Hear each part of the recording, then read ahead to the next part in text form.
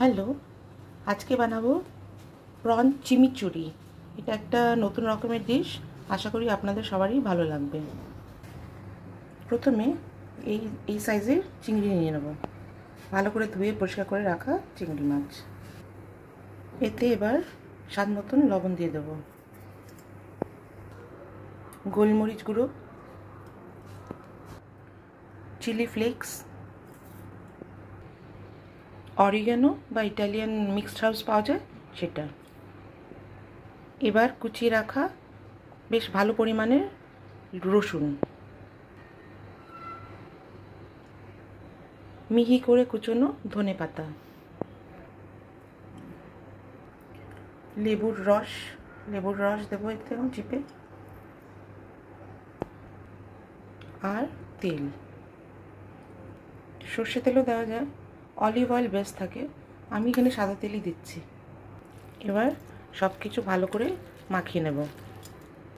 রঙের জন্য সামান্য কাশ্মীরি লাল লঙ্কা গুঁড়ো দিয়ে দিয়েছি। এই মিশ্রণটাকে কিছুক্ষণ মাখিয়ে রেখে দেবো, 10 মিনিট মতন।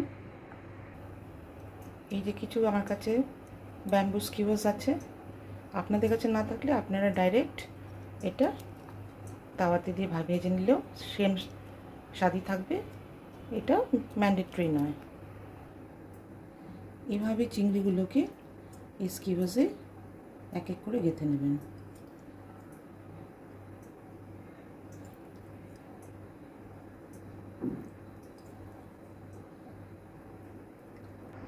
এই যে দেখুন, এইভাবে গেঁথে নিয়েছি আমি। একটা স্কোয়ারে 5টা করে দিয়েছি।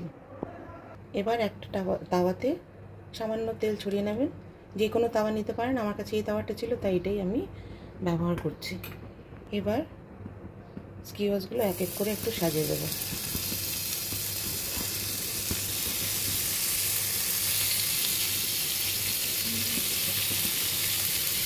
আমি একসঙ্গে 3টেই দেবো, বেশি দেবো না, তাহলে পাল্টাতে একটু সুবিধে হবে কম দিলে।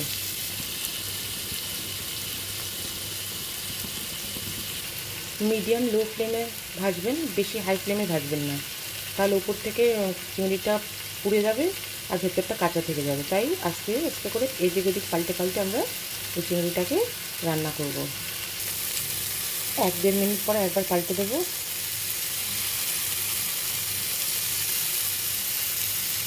একটু উপর থেকে ম্যারিনেশনটা আর একটু দিয়ে দেওয়া যায়। চিংড়ি চিমিচুরি রেডি। Thank you.